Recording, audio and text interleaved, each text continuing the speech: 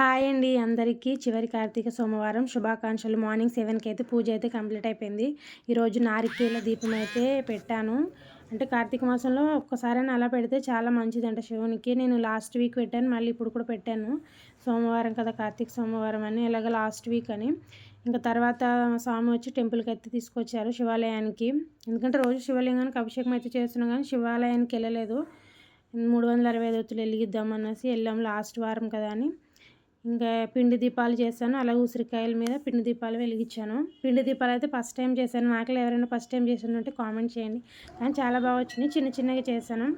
ఇంకా అవన్నీ దీపాలన్నీ వెలిగించాను. 365 ఒత్తులేమో మా స్వామిని వెలిగించమన్నాను. అలా ఇంటి యజమాని వెలిగిస్తే మంచిదని ఇంకా స్వామిని అయితే వెలిగించమన్నాను, వెలిగించారు.